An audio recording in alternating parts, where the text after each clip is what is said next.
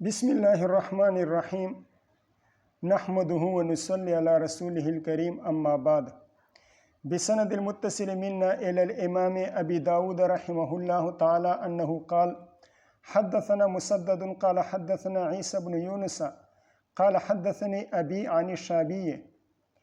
عیسی بن یونس کے والد محترم یونس بن ابی اسحاق وہ حضرت امام شعبی رحمہ اللہ سے روایت کرتے ہیں قال سمعت عروة بن المغیرة بن شعبة یذکر عن ابیہ رضی اللہ تعالیٰ عنہ وعنہم. حضرت عروہ رحمہ اللہ تعالیٰ اپنے والد حضرت مغیرۃ بن شعبہ رضی اللہ تعالیٰ عنہ سے روایت کرتے ہیں قال حضرت مغیرۃ بن شعبہ رضی اللہ تعالیٰ عنہ نے فرمایا کننا مع رسول اللہ صلی اللہ علیہ وسلم فی رکبۃ. رکبہ یہ اونٹ سواروں کی جماعت کو کہا جاتا ہے، 10 یا 10 سے زیادہ، تو ان کو رکبہ کہا جاتا ہے. ہم ایک اونٹ سوار دستے کے ساتھ تھے یا قافلہ کہہ دے جو کہنا چاہیں. وَمَعِيَ إِدَاوَةٌ اور میرے پاس ایک برتن بھی تھا. فخرج لحاجته حضور صلی اللہ علیہ وسلم خرج لقضاء حاجته قضاء حاجت کے لیے نکلے. ثم اقبل پھر واپس تشریف لائے. ثم اقبل بعد ما فرغ من قضاء الحاجہ قضاء حاجت سے فارغ ہونے کے بعد حضور صلی اللہ علیہ وسلم واپس تشریف لائے. فتلقیتہ بالاداوۃ فتلقیتہ یعنی استقبلتہ بالاداوۃ میں نے ان کا استقبال کیا، میں ان کے ساتھ ملا برتن کے ساتھ. برتن کس کے پاس تھا؟ برتن حضرت مغیرہ رضی اللہ تعالیٰ عنہ کے پاس تھا. تو اس حدیث سے بعض حضرات نے اس بات پر استدلال کیا ہے کہ اگر پانی موجود ہو، پانی کی موجودگی کے باوجود استنجا بالاحجار جائز ہے، اس لیے کہ یہاں پر پانی موجود تھا. حضور صلی اللہ علیہ وسلم پانی اپنے ساتھ نہ لے گئے تھے بلکہ استنجا فرمایا تھا احجار کے ساتھ. تو استنجا بالاحجار کی جواز پر استدلال کیا ہے. بہرحال اگر کسی اور طریق سے یہ بات ثابت ہو جائے کہ حضور صلی اللہ علیہ وسلم اپنے ساتھ پانی لے کر گئے تھے پھر تو ایک الگ بات ہے.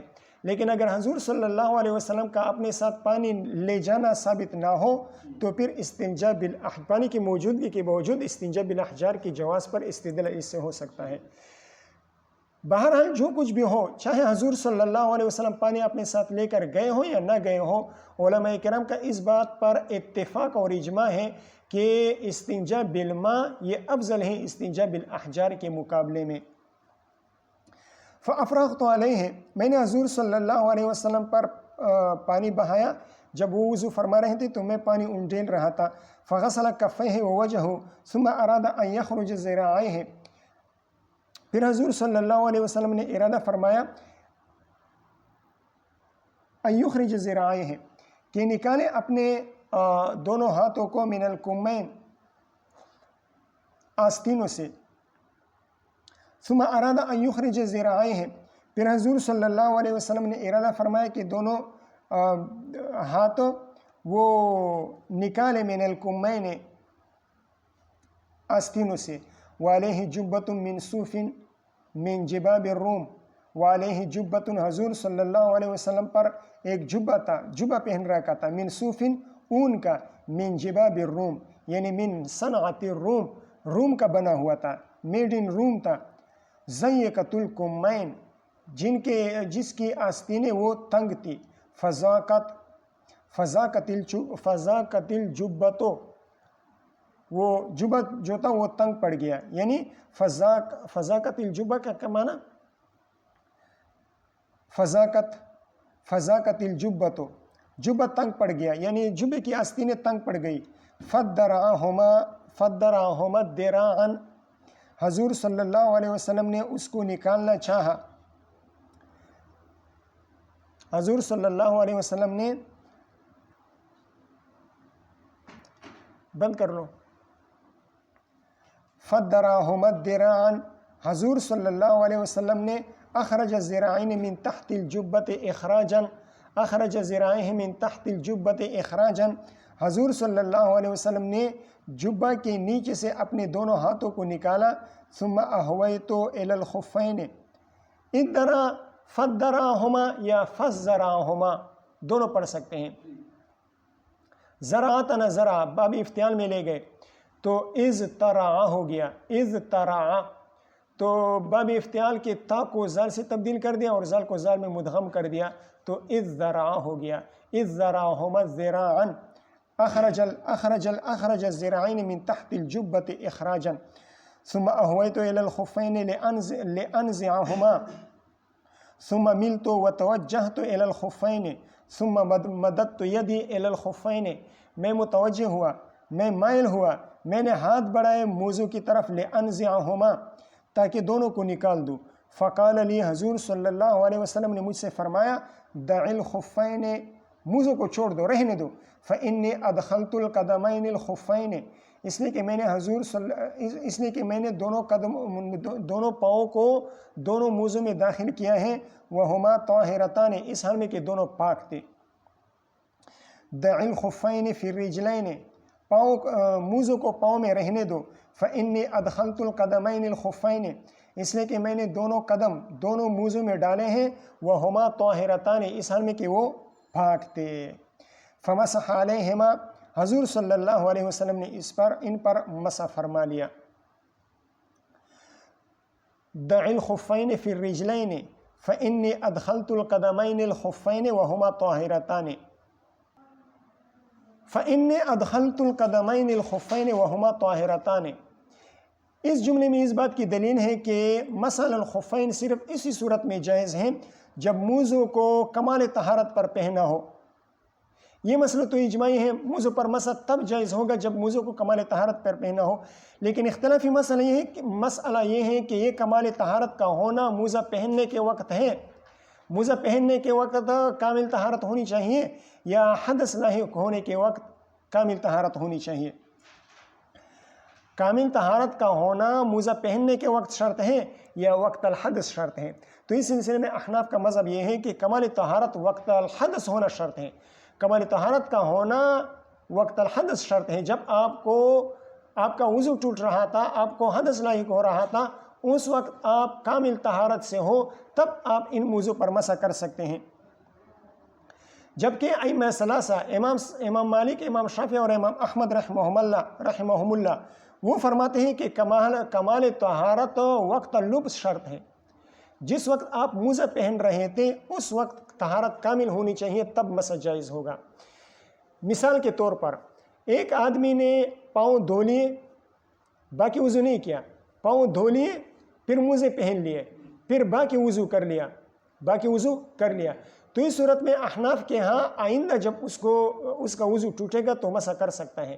لیکن ائمہ ثلاثہ کے ہاں وہ اس پر مسح نہیں کر سکتا. کیوں؟ اس لیے کہ جب وہ پہن رہا تھا اس وقت کامل طہارت نہیں تھی، صرف پاؤں دھوئے تھے نا، صرف پاؤں دھوئے تھے اور موزے پہنے تھے تو کامل طہارت نہیں تھی، لہٰذا وہ مسح نہیں کر سکے گا اس پر. ٹھیک ہے. جبکہ احناف کے ہاں وقت اللبس وقت اللبس کامل طہارت کا ہونا ضروری نہیں ہے، شرط نہیں ہے، بلکہ جس وقت اس کا وضو ٹوٹ رہا تھا اس وقت کامل طہارت، اور جس وقت اس کا وضو ٹوٹ رہا تھا اگر اس وقت اس نے مکمل وضو کر لیا تھا تو پھر وہ آئندہ مسح کر سکتا ہے. علامہ خطابی رحمہ اللہ نے اس مسئلے کی علت بیان کی ہے. وہ فرماتے ہیں کہ حضور صلی اللہ علیہ وسلم نے جواز المسح الخفین کے لیے لبس خفین سے پہلے طہارت قدمین کو شرط قرار دیا ہے. جواز المسح الخفین کے لیے لبس خفین سے پہلے طہارت قدمین کو شرط قرار دیا ہے. اور یہ قاعدہ ہے کہ الحکم المعلق بشرط لا يصح الا بوجود شرطه. الحکم المعلق بشرط لا يصح الا بوجود شرطه. جو حکم کسی شرط پر معلق ہو تو اس حکم کا وجود نہیں آ سکتا جب تک شرط نہ آیا ہو. ایک حکم معلق بشرط ہے تو جب تک شرط کا وجود نہ آیا ہو اس حکم کا وجود نہیں آ سکتا. تو یہاں پر حضور صلی اللہ علیہ وسلم نے طہارت قدمین کو شرط قرار دیا ہے. تو طہارت قدمین جب ہوگا تو لبس خفین ہوگا اور پھر جواز المسح الخفین ہوگا. لیکن اگر طہارت قدمین نہ ہو تو پھر لبس خفین نہیں ہوگا. جب لبس خفین نہیں ہوگا تو جب طہارت قدمین کے بعد لبس خفین نہیں ہوگا تو پھر جواز المسح الخفین بھی نہیں ہوگا. اس کا جواب احناف کی طرف سے یہ ہے کہ ٹھیک ہے، یہ قاعدہ تو الحکم المعلق بشرط لا يصح الا بوجود شرطه، یہ قاعدہ تو ہمیں تسلیم ہے، لیکن یہ بات ہمیں تسلیم نہیں ہے کہ آپ صلی اللہ علیہ وسلم نے وقت لبس کمال طہارت کو شرط قرار دیا ہے، وقت لبس کمال طہارت کو شرط قرار دیا ہو، یہ ہمیں تسلیم نہیں ہے، اس لیے کہ حدیث میں اس قسم کا کوئی لفظ نہیں ہے، اس قسم کا کوئی صیغہ، اس قسم کا کوئی جملہ موجود نہیں ہے جو لبس خفین کے وقت کامل طہارت پر دلالت کر رہا ہو، جس سے لبس خفین کے وقت کامل طہارت کا اشتراط سمجھ میں آ رہا ہو، مفہوم ہو رہا ہو، تو اس قسم کا کوئی صیغہ موجود نہیں ہے۔ زیادہ سے زیادہ ہم یہ کہہ سکتے ہیں کہ اس حدیث سے یہ بات ثابت ہوتی ہے کہ آپ صلی اللہ علیہ وسلم نے خفین کو لبس خفین اس حال میں کیا تھا کہ پاؤں پاک تھے، حضور صلی اللہ علیہ وسلم نے لبس خفین اس حال میں کیا تھا کہ پاؤں پاک تھے، لہٰذا اس سے جواز مسح کے لیے اشتراط طہارت تو ثابت ہوتی ہے، چاہے طہارت وقت لبس ہو یا وقت الحدث ہو، لیکن کمال طہارت وقت لبس کا اشتراط اس سے ثابت نہیں ہوتا۔ ٹھیک ہے، بات سمجھ میں آ رہی ہے؟ چلو آگے، فمسح علیہما قال ابی، حضرت عیسیٰ بن یونس رحمہ اللہ فرماتے ہیں کہ قال ابی، میرے والد محترم حضرت یونس بن اسحاق رحمہ اللہ نے فرمایا، قال الشعبی شہد علی عروۃ علی ابیہ وشہد ابوہ علی رسول اللہ صلی اللہ علیہ وسلم۔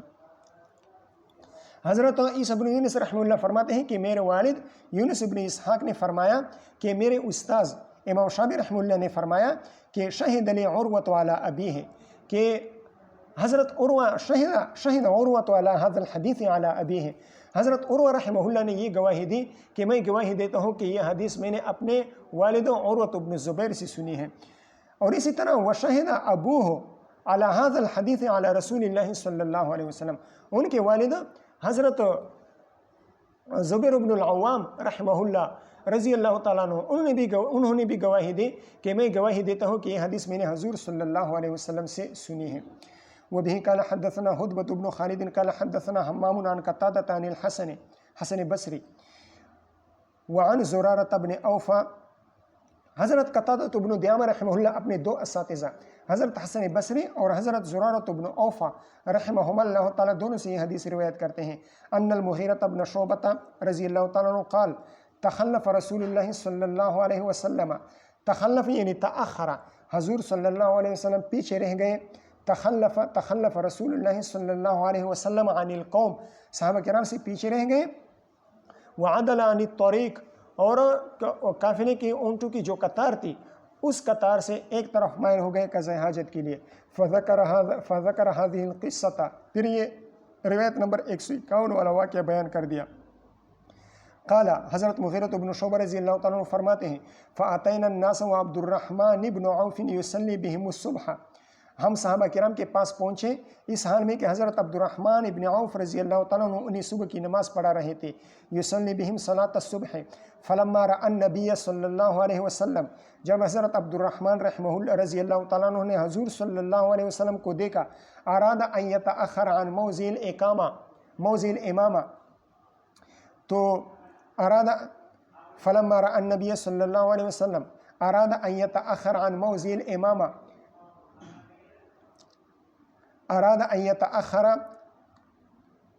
حضرت عبد الرحمن ابن عوف رضی اللہ تعالیٰ عنہ نے پیچھے ہٹنے کا ارادہ کیا، فأوما الیہ ان یمضی، حضور صلی اللہ علیہ وسلم نے انہیں اشارہ کیا، ان یمضی ان یداوم علی الامامۃ ولا یتأخر، ان یداوم علی الامامۃ ولا یتأخر، امامت کو جاری رکھیں اور پیچھے نہ ہٹیں۔ قال المغیرۃ، حضرت مغیرۃ بن شعبہ رضی اللہ تعالیٰ عنہ فرماتے ہیں، فصلیت انا والنبی صلی اللہ علیہ وسلم خلفہ رکعتن، میں نے اور حضور صلی اللہ علیہ وسلم نے حضرت عبد الرحمن رضی اللہ تعالیٰ عنہ کے پیچھے ایک رکعت پڑھی، فلما سلم، جب حضرت عبد الرحمن رضی اللہ تعالیٰ عنہ نے سلام پھیرا، قام النبی صلی اللہ علیہ وسلم، حضور صلی اللہ علیہ وسلم باقی ماندہ نماز پورا کرنے کے لیے کھڑے ہو گئے، فصلی الرکعۃ التی سبق بہا، وہ رکعت پڑھ لی جو جس میں ان پر سبقت کی گئی تھی، جس کے ذریعے سے ان پر سبقت کی گئی تھی، جو ایک رکعت رہ گئی تھی اس رکعت کو پورا کر دیا، ولم یزد علیہا شیئا، اور اس ایک رکعت پر کچھ زائد نہیں کیا، یعنی سجدہ سہو نہیں کیے، سجدہ سہو ولم یزید علیہ شیئا، اس ایک رکعت پر کوئی چیز زائد نہیں کی، یعنی لم یسجد سجدتي السہو، سہو کے 2 سجدے نہیں فرمائے۔ قال ابو داود و ابو سعید الخدری و ابن الزبیر و ابن عمر رضی اللہ تعالیٰ عنہم یقولون، ابو سعید خدری رضی اللہ تعالیٰ عنہ، سعد بن مالک اور حضرت عبداللہ ابن زبیر اور حضرت عبداللہ ابن عمر رضی اللہ تعالیٰ عنہم یقولون، وہ کہتے ہیں۔ اسی طرح حضرت عطا، حضرت طاؤد، حضرت مجاہد اور حضرت اسحاق بن راہوے رحمہم اللہ، یہ سارے فرماتے ہیں من ادرک الفرد من الصلاة علیہ سجدتا السہو، من ادرک الفرد من الصلاة، جو 1 یا 3 رکعت پالے امام کے ساتھ نماز کا، نماز میں 1 یا 3 رکعت پالے، علیہ سجدتا السہو، تو اس پر سہو کے 2 سجدے ہیں۔ جو امام کے ساتھ 1 رکعت پالے یا 3 رکعت پالے، یعنی 3 رکعت سے رہ گیا ہے یا 1 رکعت سے رہ گیا ہے، تو جب وہ باقی ماندہ نماز امام کے سلام پھیرنے کے بعد باقی ماندہ نماز پورا کرے تو پھر آخر میں 2 سجدے کرے۔ کون سے سجدے کرے؟ سہو کے 2 سجدے کر لے۔ کیوں کر لے؟ اس کی وجہ وہ حضرات یہ بیان فرماتے ہیں کہ ان حضرات کا خیال یہ ہے کہ سجدہ سہو کب کیا جاتا ہے؟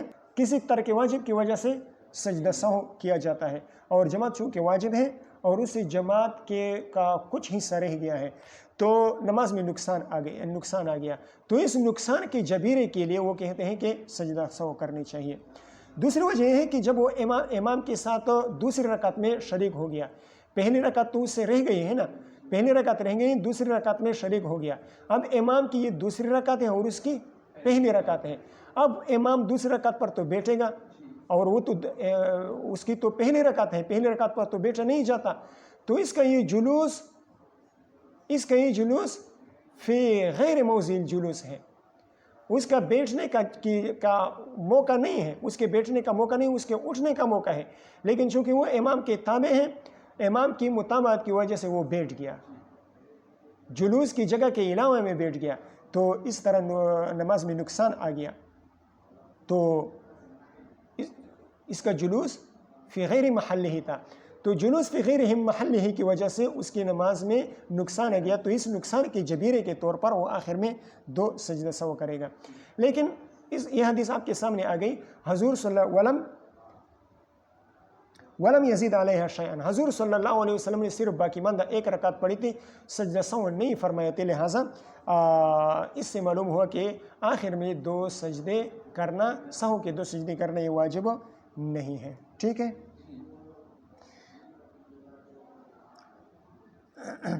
وبه قال حدثنا عبید اللہ بن معاذ قال حدثنا ابی معاذ بن معاذ قال حدثنا شعبۃ عن ابی بکر یعنی بن حفص بن عمر بن سعد انه سمع ابا عبد الله عن ابي عبد الرحمن السلمي انه شهد عبد الرحمن بن عوف يسأل بلالا عن وضوء النبي صلی اللہ علیہ وسلم۔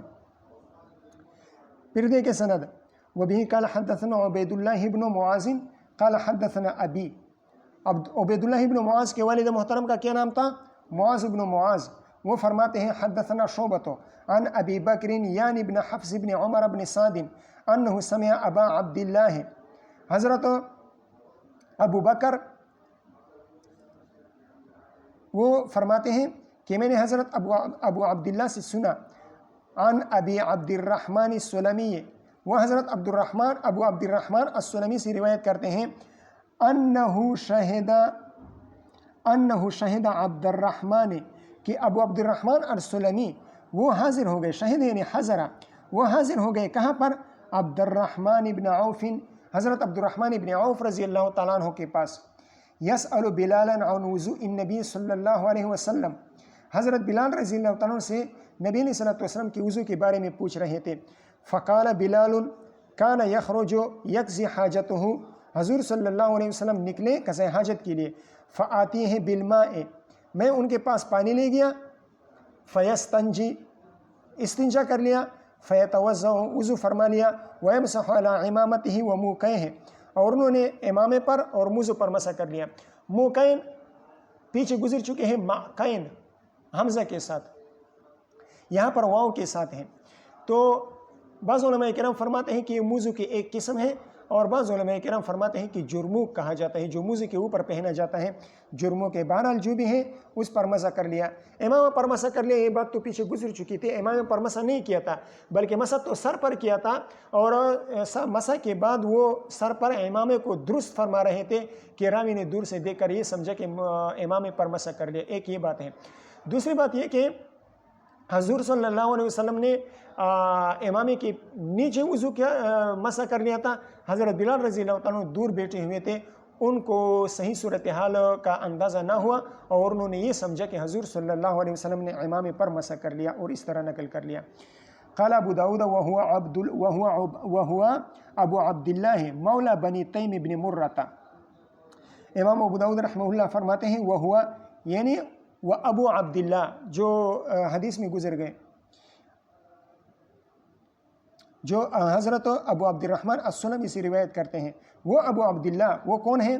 ہوا ابو عبداللہ مولا بنی تیم ابن مرہ۔ اس قال ابو داود سے امام ابو داود رحمہ اللہ یہ بیان فرما رہے ہیں کہ ابو عبداللہ کوئی مجہول نہیں ہے، بلکہ معروف بالقبول ہے، کوئی مجہول راوی نہیں ہے، بلکہ معروف بالقبول ہے۔ وبه قال حدثنا علي بن الحسين الدرهمي قال حدثنا ابن داود عن بكير بن عامر عن ابي زرعة بن عمرو بن جرير ان جریر بن عبداللہ البجلی رضی اللہ تعالیٰ عنہ انتہائی خوبصورت صحابی تھے، یوسف هذه الامہ کے لقب سے مشہور تھے کہ اس امت کے یوسف ہیں۔ جریر بن عبداللہ رضی اللہ تعالیٰ عنہ حضرت ابو زرع ابن عمرو ابن جریر رحمہ اللہ فرماتے ہیں ان جریرن بالا، جریر بن عبداللہ رضی اللہ تعالیٰ عنہ نے پیشاب مبارک فرمایا، ثم توضأ پھر وضو فرمایا، فمسح علی الخفین انہوں نے موزوں پر مسح کر لیا۔ کسی نے اعتراض کر لیا اور ان سے کہا کہ اتفعل ھذا، آپ اس طرح مسح علی الخفین کرتے ہیں؟ تو انہوں نے جواب دیا وقال ما یمنعنی ان امسح، جب لوگوں نے اعتراض کیا تو انہوں نے جواب کے طور پر فرمایا وما یمنعنی ان امسح ای شیء یمنعنی من المسح، کہ کون سی چیز مجھے مسح سے روکنے والی ہے، کون سی چیز مجھے مسح سے منع کرنے والی ہے۔ وقدر یہ اعتراض والی بات کہاں پر آئی ہے؟ نسائی شریف کی روایت میں آئی ہے کہ کسی نے ان پر اعتراض کر لیا کہ آپ یہ کرتے ہیں، یعنی مسح علی الخفین کرتے ہیں۔ ای شیء یمنعنی من المسح، ای شیء یمنعنی من المسح علی الخفین، کون سی چیز مجھے روکنے والی ہے مسح علی الخفین سے۔ وقد رأیت رسول اللہ صلی اللہ علیہ وسلم یمسح والحال انی قد رأیت رسول اللہ صلی اللہ علیہ وسلم یمسح علی الخفین، حال یہ کہ میں نے حضور صلی اللہ علیہ وسلم کو مسح علی الخفین کرتے ہوئے دیکھا ہے۔ کہاں پر دیکھا ہے؟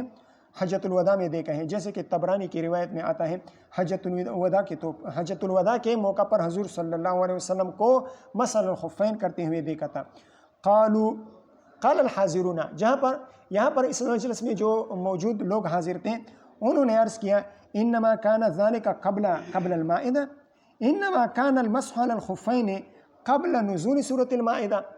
مسح علی الخفین حضور صلی اللہ علیہ وسلم نے جو کیا تھا یہ سورۃ المائدہ کے، یعنی سورۃ المائدہ میں جو آیت وضو آتی ہے یا ایھا الذین آمنوا اذا قمتم الی الصلاۃ، اس میں ہے وارجلکم الی الکعبین، پاؤں کو دونوں گٹوں تک۔ تو آیا یہ حضور صلی اللہ علیہ وسلم کا مسح علی الخفین یہ سورۃ المائدہ کی اس آیت وضو کے نزول سے پہلے تھا؟ یعنی اگر یہ بات ثابت ہو جائے کہ یہ مسح علی الخفین حضور صلی اللہ علیہ وسلم نے آیت وضو سے پہلے کیا تھا، پھر مسح علی الخفین منسوخ ہوگا آیت وضو کی وجہ سے۔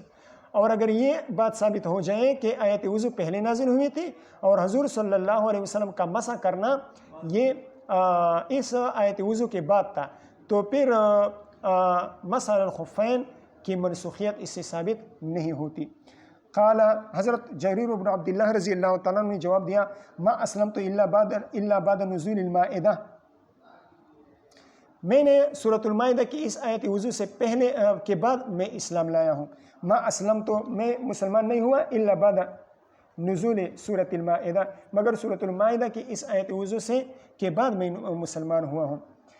یعنی مطلب یہ ہے کہ مسل الخفین حضور صلی اللہ علیہ وسلم نے اس آیت وضو کے نزول کے بعد فرمایا تھا۔ آیت وضو غزوہ بنو المصطلق کے موقع پر نازل ہوا تھا، جو سن 4 یا 5 ہجری اور ایک قول کے مطابق 6 ہجری میں ہوا تھا، اور حضرت جریر بن عبداللہ رضی اللہ تعالیٰ عنہ کیا اسلام وہ رمضان سن 10 ہجری میں تھا۔ تو حضرت جریر بن عبداللہ رضی اللہ تعالیٰ عنہ کا اسلام وہ متاخر ہے، وہ بعد میں اسلام لائے ہیں۔ یعنی مطلب یہ ہے نا کہ سورۃ المائدہ کی آیت وضو سے مسل الخفین منسوخ نہیں ہے۔ وبه قال حدثنا مسدد واحمد بن ابي شبيب الحراني قال حدثنا وكيع قال حدثنا دلهم بن صالح، یہ حضرت احمد بن ابی شعیب کے الفاظ ہیں۔ قال حدثنا دلهم بن صالح عن حجیر بن عبد الله عن ابی بریدۃ عن ابیہ بریدۃ بن الحصیب رضی اللہ تعالیٰ عنہ ان النجاشیہ یا ان النجاشیہ، یا کو مشدد اور مخفف دونوں پڑھ سکتے ہیں، ان النجاشیہ یا ان النجاشیہ، اہدا الی رسول اللہ صلی اللہ علیہ وسلم خفین اسودین سازجین، حضرت نجاشی اسحمہ ان کا نام تھا، مسلمان ہوئے تھے لیکن حضور صلی اللہ علیہ وسلم کی خدمت اقدس میں حاضری کا موقع نصیب نہیں ہوا تھا۔ اسحمہ بروزن اربعہ یہ ان کا نام تھا، اور نجاشی یہ ان کا لقب تھا۔ جیسے کہ آپ حضرات کے بادشاہ کا کیا لقب ہوتا ہے؟ وزیر اعظم، جو بھی آتا ہے وزیر اعظم کے نام سے آتا ہے۔ تو حبشہ کے جو بادشاہ تھے وہ نجاشی کے نام سے ملقب تھے، نجاشی کے لقب سے ملقب کیے جاتے تھے۔ جیسے کہ کسرا کے بادشاہ، جیسے کہ فارس کے بادشاہ وہ کسرا کے نام سے، اور روم کے بادشاہ وہ قیصر کے نام سے کے لقب سے ملقب کیے جاتے تھے۔ حضرت نجاشی رضی اللہ تعالیٰ عنہ نے حضور صلی اللہ علیہ وسلم کو خفین ہدیے کے طور پر بیچ دیے، 2 موزے، اسودین سازجین یا سازجین، کالے تھے، کالے کلوٹے تھے۔ سازجین کا معنی کالے کلوٹے تھے جس میں کسی اور رنگ کی آمیزش نہیں تھی، بس صرف کالے قسم کے، یا سازجین، سازج یہ سادہ سے نکلا ہے، فارسی کا لفظ ہے سادہ، اس سے نکلا ہے، تو مطلب یہ ہے کہ اس پر منقش نقش و نگار بنے ہوئے نہیں تھے بلکہ سادہ قسم کے موزے تھے۔ فلبسہما، حضور صلی اللہ علیہ وسلم نے انہیں پہنا، ثم توضأ، پھر وضو فرما لیا، ومسح علیہما، اور ان پر مسح کر لیا۔ ٹھیک ہے۔ قال مسدد عن دلہم بن صالح، جیسے کہ میں نے عرض کیا، قال حدثنا دلہم بن صالح، یہ احمد بن ابی شعیب الحرانی کے الفاظ ہیں، اور مسدد بن مسرحد عن دلہم بن صالح فرماتے ہیں۔ کیا فرق ہوا؟ احمد بن شعیب کی روایت میں تحدیث کے الفاظ ہیں، تحدیث کی تصریح ہے، اور مسدد بن مسرحد کی روایت وہ عنعنہ کے ساتھ ہیں۔ قال مسدد عن دلہم بن صالح قال ابو داود وهذا مما تفرد به اہل البصرہ، یہ اس حدیث کی جو سند ہے اس پر اہل بصرہ متفرد ہیں، یعنی اس میں سارے کے سارے روات وہ کون ہیں؟ بصرہ کے رہنے والے ہیں۔ لیکن حضرت مولانا خلیل احمد سہارنپوری رحمہ اللہ فرماتے ہیں کہ یہ حکم جو امام ابو داود رحمہ اللہ نے لگائے ہیں یہ غالب روات کے اعتبار سے ہیں، اس لیے کہ اکثر روات بصرہ کے رہنے والے ہیں، اس سند میں اکثر روات وہ بصری ہیں، مسدد بصری ہیں، اسی طرح بریدہ اور ان کے صاحبزادے عبداللہ یہ دونوں بصری ہیں، 3 ہو گئے۔ حضرت بریدہ رضی اللہ تعالیٰ مدینہ منورہ سے وہ بصرہ تشریف لائے تھے اور یہی سکونت اختیار فرمائی تھی، یہاں پر گھر بنا لیا تھا، یہیں پر رہتے تھے۔ تو یہ 3 حضرت بصری ہیں، اور 2 راوی کوفی ہیں، وکیع بن الجراح اور دلہم بن صالح یہ کوفی ہیں۔ اور حضرت حجیر بن عبداللہ ان کا کچھ پتہ نہیں چلا۔ حضرت مولانا خلیل احمد سہارنپوری رحمہ اللہ فرماتے ہیں کہ حضرت حجیر کا کچھ پتہ نہیں چلا کہ وہ بصری ہیں یا کوفی ہیں۔ وبه قال حدثنا احمد بن يونس قال حدثنا ابن حي هو الحسن بن صالح عن بكير بن عامر البجلي عن عبد الرحمن بن ابي نعم عن المغيرة بن شعبة رضي الله تعالى عنه وعنهم ان رسول الله صلی اللہ علیہ وسلم مسح على الخفين، حضور صلی اللہ علیہ وسلم نے مسح على الخفين فرمایا، فقلت یا رسول اللہ انسیت غسل الرجلین، آیا آپ پاؤں کا دھونا بھول گئے؟ قال لا بل انت نسیتا، لا بل انت نسیت حکم المسح علی الخفین، حضور صلی اللہ علیہ وسلم نے جواب دیا کہ میں غسل رجلین نہیں بولا بلکہ آپ مسح علی الخفین کے جواز کو بھول گئے ہیں۔ قال لا نہیں ہے، اپنی طرف سے کہہ رہا ہوں، بل انت نسیت حکم المسح علی الخفین، آپ مسح علی الخفین کے حکم کو بھول گئے۔ بہذا امرنی بالمسح علی الخفین امرنی ربی عز وجل، ایک احتمال تو یہ ہو گیا، یعنی انت نسیت حکم المسح علی الخفین، ایک یہ ہو گیا۔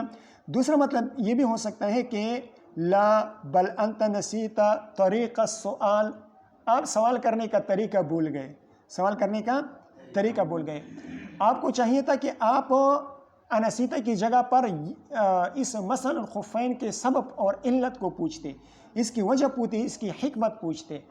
آپ یہ نہ کہتے کہ انسیتا غسل الرجلین، بلکہ آپ یہ پوچھتے یا رسول اللہ آپ نے مسح الخفین کیوں فرما لیا، اس کی وجہ کیا ہے، اس کا سبب کیا ہے، اس کی علت کیا ہے۔ یہ دوسرے احتمال یہ بھی صحیح ہے۔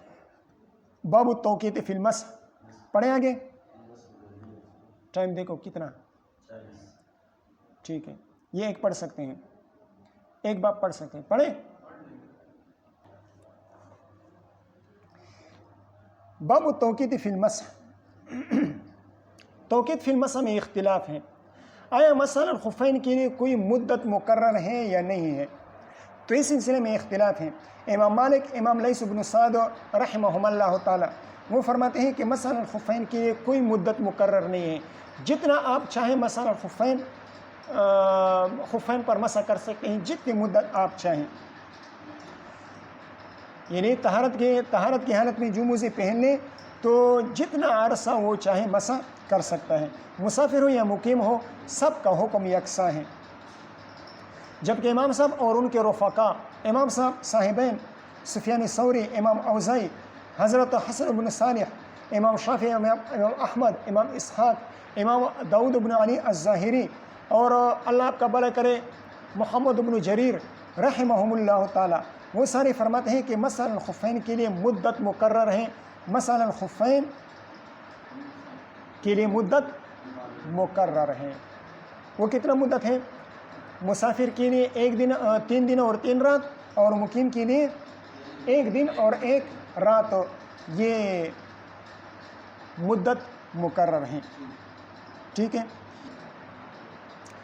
وبه قال حدثنا حفص بن عمر قال حدثنا شعبة عن الحكم وحماد عن إبراهيم عن الحكم بن عتيبة وحماد، شعبة بن الحجاج دو اساتذہ سے روایت کرتے ہیں، حکم بن عتیبہ اور حماد بن ابی سلیمان، اور یہ دونوں پھر روایت کرتے ہیں ابراہیم بن یزید ابن قیس رحمہ اللہ سے، النخعی، ابراہیم بن یزید ابن قیس النخعی رحمہ اللہ سے روایت کرتے ہیں، عن ابراہیم عن ابی عبداللہ، اور ابراہیم نخعی رحمہ اللہ ابو عبداللہ الجدلی سے روایت کرتے ہیں، عبداللہ ابن عبد یا عبد الرحمن ابن عبد یہ ان کا نام تھا، عن خزیمۃ بن ثابت رضی اللہ تعالیٰ عنہ عن النبی صلی اللہ علیہ وسلم قال المسح علی الخفین للمسافر 3 ایام، مسح الخفین کی مدت مسافر کے لیے 3 دن اور 3 راتیں ہیں، وللمقیم یوم ولیلۃ، ووقت المسح للمقیم یوم ولیلۃ، قال ابو داود رواہ منصور بن المعتمر عن ابراہیم التیمی باسنادہ قال فیہ ولو استزدناہ لزادنا۔ اچھا، یہ حدیث 2 ابراہیم سے آ گئی، ایک ابراہیم نخعی اور ایک ابراہیم تیمی، بلکہ اس سے پہلے آپ یہ سمجھ لیں کہ یہ حدیث ضعیف ہے یا صحیح ہے، اس کی تضعیف اور تصحیح میں اختلاف ہوا ہے، اس کی تضعیف اور تصحیح میں اختلاف ہوا ہے۔ حضرت علامہ ابن حبان، حضرت ابن معین رحمہم اللہ تعالی، انہوں نے اس حدیث کو مطلقاً صحیح قرار دیا ہے، اور امام بخاری، امام بیہقی اور امام نووی رحمہم اللہ انہوں نے مطلقاً ضعیف قرار دیا ہے، بلکہ امام نووی رحمہ اللہ نے تو اس کی تضعیف پر اجماع نقل کیا ہے، وہ فرماتے ہیں اتفقوا علی ضعفہ، اتفقوا علی ضعفہ، لیکن حافظ بن حجر رحمہ اللہ فرماتے ہیں کہ تضعیف پر اتفاق اور اجماع کا قول کرنا یہ صحیح نہیں ہے۔ بہرحال امام بخاری، امام بیہقی اور امام نووی رحمہم اللہ تعالیٰ وہ فرماتے ہیں کہ یہ حدیث ضعیف ہے۔ دو رائے ہو گئی، ایک رائے امام ترمذی رحمہ اللہ کی ہے، ان دونوں رائوں سے ہٹ کر انہوں نے کچھ تفصیل بیان فرمائی ہے۔ امام ترمذی رحمہ اللہ نے اس حدیث کو دو طریق سے روایت کیا ہے، دو سند سے اس کو روایت کیا ہے۔ ایک ابراہیم نخعی رحمہ اللہ کا طریق ہے اور ایک ابراہیم تیمی رحمہ اللہ کا طریق ہے۔ ابراہیم نخعی رحمہ اللہ کی طریق کی تضعیف کی ہے کہ یہ طریق ضعیف ہے، اور امام حضرت ابراہیم تیمی رحمہ اللہ کی طریق کی انہوں نے تصحیح فرمائی ہے کہ ابراہیم تیمی رحمہ اللہ کا جو سند ہے وہ صحیح ہے۔ ابراہیم نخعی رحمہ اللہ کی طریق کی تضعیف کیوں کی ہے؟ اس لیے کہ اس طریق میں انقطاع ہے۔ انقطاع کس طرح ہے؟ انقطاع اس طرح ہے کہ ابراہیم نخعی رحمہ اللہ اس روایت کو براہ راست ابو عبداللہ الجدلی سے روایت کرتے ہیں، حالانکہ ابراہیم نخعی رحمہ اللہ کا سماع وہ حضرت ابو عبداللہ الجدلی سے ثابت نہیں ہے۔ دیکھ لیں، ان ابراہیم ان ابی عبداللہ الجدلی، ٹھیک ہے، تو ابراہیم نخعی رحمہ اللہ اس کو براہ راست ابو عبداللہ الجدلی سے روایت کرتے ہیں، حالانکہ سماع ثابت نہیں ہے، تو انقطاع آ گیا۔ جبکہ ابراہیم تیمی رحمہ اللہ اس روایت کو ابو عبداللہ الجدلی سے ایک واسطے کے ساتھ، عمرو بن میمون رحمہ اللہ کا واسطہ ہے، عمرو بن میمون رحمہ اللہ کے واسطے سے روایت کرتے ہیں، لہذا اس میں انقطاع نہیں ہے، تو انقطاع کے نہ ہونے کی وجہ سے وہ حدیث صحیح ہو گئی۔ ٹھیک ہے، بس سمجھ میں آ رہی ہے؟ امام بخاری اور امام بیہقی اور امام نووی رحمہم اللہ تعالی انہوں نے اس حدیث کے بارے میں کیا حکم لگایا ہے؟ ضعف کا حکم لگایا ہے۔ ضعف کا حکم لگایا ہے کس طریق کے بارے میں؟ دونوں طریقوں کے بارے میں، چاہے نخعی کا طریق ہو یا تیمی کا طریق ہو، دونوں طریقوں کے اعتبار سے انہوں نے ضعف کا حکم لگایا ہے۔ وجہ کیا ہے؟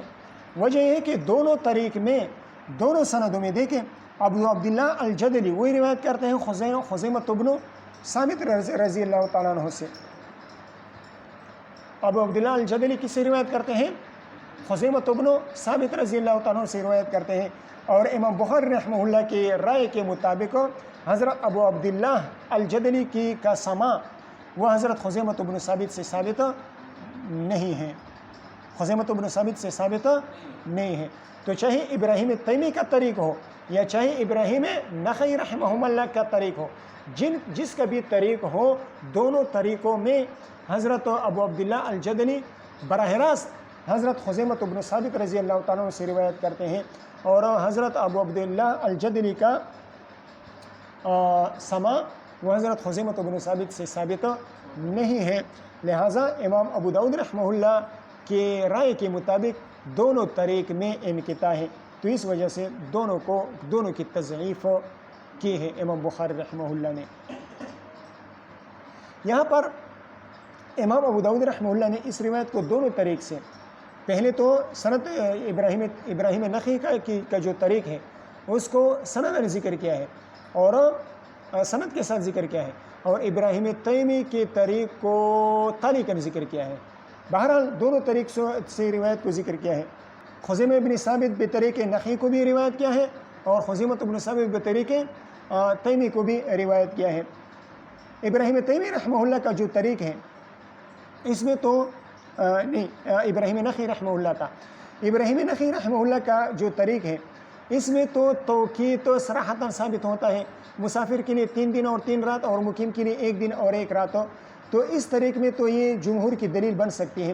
لیکن ابراہیم تیمی کا جو طریق ہے اس میں ایک زائد جملہ ہے، لو استزدناه لزادنا، یعنی مطلب یہ ہے کہ توقید تو ہو گئی، لیکن اگر ہم اس توقید میں زیادتی طلب کرتے تو حضور صلی اللہ علیہ وسلم توقید میں زیادتی ارشاد فرما دیتے۔ تو اس جملے کی وجہ سے یہ حدیث جمہور کے مسلک کے خلاف جا سکتی ہے۔ اب اس کے 3 جوابات علماء کرام نے دیے ہیں۔ لو استزدناه لزادنا، اس کا کیا مطلب ہو گیا؟ توقید تو ہو گئی، لیکن اگر ہم اس توقید پر اضافہ چاہتے تو حضور صلی اللہ علیہ وسلم ہمارے لیے اضافہ فرما دیتے۔ تو یہ اس جملے کی وجہ سے یہ حدیث جمہور کے مسلک کے خلاف جا سکتی ہے۔ تو جمہور کی طرف سے اس کے 3 جوابات ہیں۔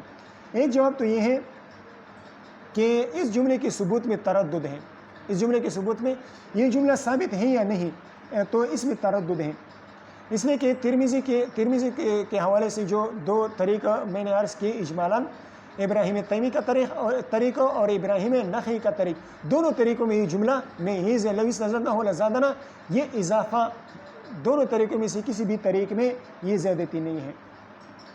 وہاں پر دونوں طریقوں کے دونوں سندوں کے الفاظ، دونوں حدیثوں کے الفاظ ایک جیسے ہیں۔ ایک تو یہ جواب ہو گیا کہ اس زیادتی میں تردد ہے کہ یہ زیادتی ثابت ہے یا نہیں۔ دوسرا جواب یہ ہے کہ لو تو نفی کے لیے آتا ہے۔ لو کس لیے آتا ہے؟ لو جئتنی لاکرمتک، اس کا کیا مطلب؟ اگر آپ آتے تو میں آپ کا اکرام کرتا، کیا مطلب آپ آئے نہیں اس لیے میں نے اکرام نہیں کیا۔ لو جئتنی لاکرمتک، اس سے کیا ثابت ہوتا ہے کہ آپ میرے پاس تشریف نہیں لائے۔ لو استزدنا لزادنا کا کیا مطلب ہوا؟ اگر ہم زیادتی طلب کرتے تو زیادہ کرتے، لیکن زیادتی طلب نہیں کی ہم نے تو حضور صلی اللہ علیہ وسلم نے زیادہ نہیں کیا، تو زیادہ نہیں کیا تو بس 3 دن 3 رات مسافر کے لیے اور 1 دن اور 1 رات مقیم کے لیے، یہ ہے نا، زیادتی حضور صلی اللہ علیہ وسلم نے نہیں فرمائی ہے۔ بات سمجھ میں آ گئی؟ تیسرا جواب یہ ہے کہ لو استزدنا لزادنا، یہ کوئی مرفوع روایت تو نہیں ہے، یہ تو راوی کا اپنا وہم ہے، یہ تو راوی اپنا وہم نہیں، اپنا گمان ہے، اپنا ظن ہے۔ راوی نے اپنے گمان کے مطابق، اپنے ظن کے مطابق یہ الفاظ ارشاد فرمائے ہیں۔ بہرحال جو بھی ہو، جواب یہ ہے کہ صحابی نے زیادتی طلب نہیں کی اور حضور صلی اللہ علیہ وسلم نے زیادتی ارشاد نہیں فرمائی، تو جب زیادتی ارشاد نہیں فرمائی تو وہی 3 دن اور 3 رات مسافر کے لیے اور 1 دن اور 1 رات مسافر کے لیے یہ توقیت پکی ہے۔ یہ توقیت کیا ہے؟ پکی ہے۔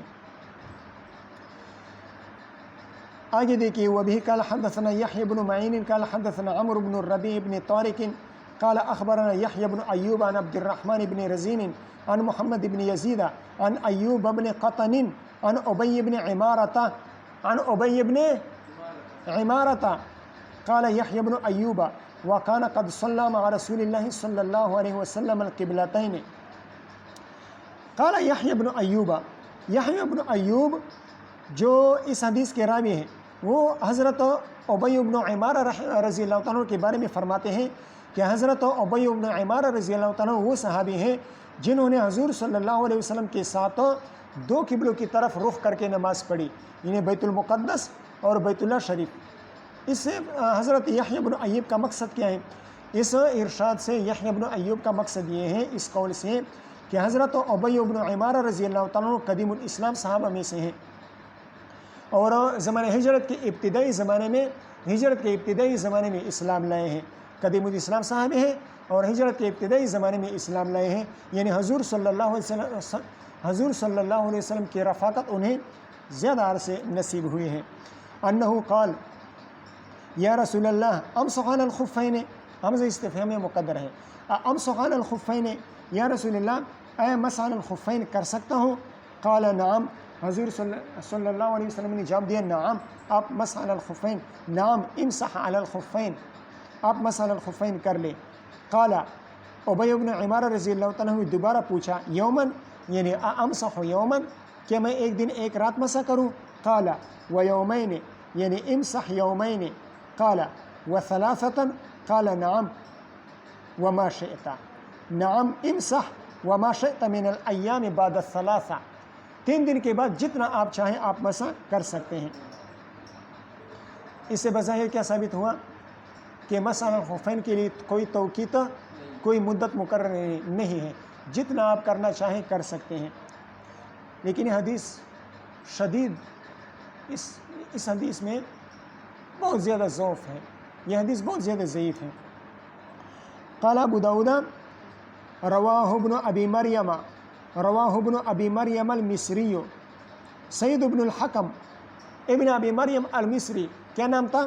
سید بن الحکم، انہوں نے روایت کیا عن یحییٰ بن ایوب عن عبد الرحمن بن رزین عن محمد بن یزید بن ابی زیاد عن عبادہ بن نصی عن ابی بن عمارہ رضی اللہ تعالیٰ عنہم قال فیہ،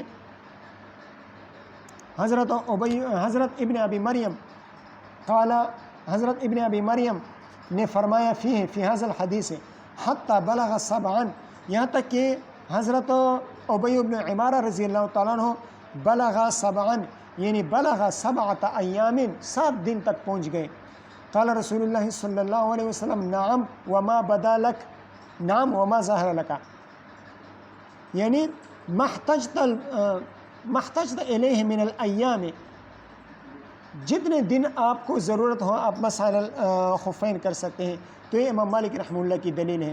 وقد اختلف فی اسنادہ امام ابو داؤد رحمہ اللہ فرماتے ہیں وقد اختلف فی اسنادہ اس حدیث کی سند میں اختلاف کیا گیا ہے یعنی اس حدیث کی سند یعنی مسترب ہے, اس حدیث کی سند میں اضطراب ہے. ولیس هو بالقوی یعنی وہذا الحدیث لیس بالقوی یہ حدیث قوی نہیں ہے, یہ حدیث ضعیف ہے. اس حدیث کے ضعف پر اتفاق ہے, بالاتفاق یہ حدیث ضعیف ہے. امام نووی رحمہ اللہ فرماتے ہیں اتفقوا علی ضعفہ محدثین نے اس حدیث کے ضعف پر اتفاق کیا ہے. وہاں پر تو حضرت خزیمہ رضی اللہ تعالیٰ کی حدیث کے بارے میں تو امام نووی رحمہ اللہ نے ضعف کا حکم لگایا تھا, لیکن حافظ ابن حجر رحمہ اللہ نے اس پر رد فرمایا تھا کہ امام نووی رحمہ اللہ کا اس حدیث کے بارے میں اس حدیث کے ضعف کے بارے میں اتفاق کا فیصلہ کرنا یہ صحیح نہیں ہے. لیکن یہاں پر اس حدیث کے بارے میں امام نووی رحمہ اللہ فرماتے ہیں کہ اتفق علی ضعفہ اس کے ضعف پر اتفاق, اس پر حافظ ابن حجر رحمہ اللہ نے کوئی نکیر نہیں فرمائی ہے. بلکہ حافظ ابن حجر رحمہ اللہ فرماتے ہیں کہ علامہ جوزجانی رحمہ اللہ نے اس حدیث کو موضوعات میں ذکر کیا ہے. علامہ جوزجانی رحمہ اللہ نے اس حدیث کو کس میں شمار کیا ہے؟ موضوعات میں شمار کیا ہے. اسی طرح علامہ ابن جوزی رحمہ اللہ نے بھی اس کو موضوعات میں ذکر کیا ہے. امام دارقطنی رحمہ اللہ نے اس حدیث کو روایت فرمائے ہیں اور اس کے بعد فرمائے ہیں ھذا اسناد لا یثبت, اس حدیث کی سند ثابت نہیں ہے. عبد الرحمن ابن رزین, محمد ابن یزید اور ایوب ابن قطن رحمہم اللہ تعالی یہ تینوں مجہول ہیں. یہ تینوں کیا ہیں؟ مجہول ہیں. امام ابو حاتم رحمہ اللہ فرماتے ہیں کہ محمد ابن یزید مجہول ہیں اور یحییٰ ابن ایوب وہ مختلف فی ہیں. تو دیکھیں امام نووی رحمہ اللہ کا نے اتفاق نقل کیا اس کے ضعف پر. علامہ جوزجانی رحمہ اللہ نے اس کو موضوعات میں, اسی طرح علامہ ابن جوزی رحمہ اللہ نے اس کو موضوعات میں ذکر کیا ہے. امام دارقطنی رحمہ اللہ فرماتے ہیں کہ اس حدیث کی سند ثابت نہیں ہے. عبد الرحمن ابن رزین, محمد ابن یزید اور ایوب ابن قطن یہ مجہول راوی ہیں. اسی طرح امام ابو حاتم رحمہ اللہ نے محمد ابن یزید کے بارے میں فرمایا ہے کہ یہ مجہول ہیں اور یحییٰ ابن ایوب یہ مختلف فی رہے ہیں. بعض کہتے ہیں کہ یہ سکہ ہیں, بعض کہتے ہیں کہ غیر سکہ ہیں. تو دیکھو کتنی باتیں آ گئی. تو ان باتوں کی بنا پر, ان عوارض کی بنا پر یہ حدیث سخت ضعیف ہے, شدید ضعیف ہے. لہذا اس سے عدم توقید پر استدلال نہیں کیا جا سکتا. وَرَوَاهُ ابن ابی مریم وَيَحْيَى ابن اسحاق السیلحینی,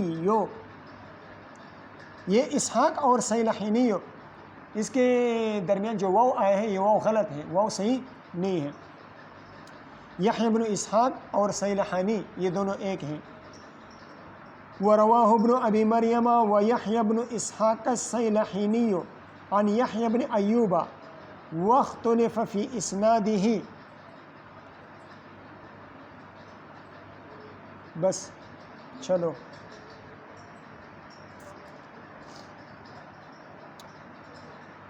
واختلف فی اسنادہ امام ابو داؤد رحمہ اللہ. چلو بس ٹھیک ہے, کافی ہے.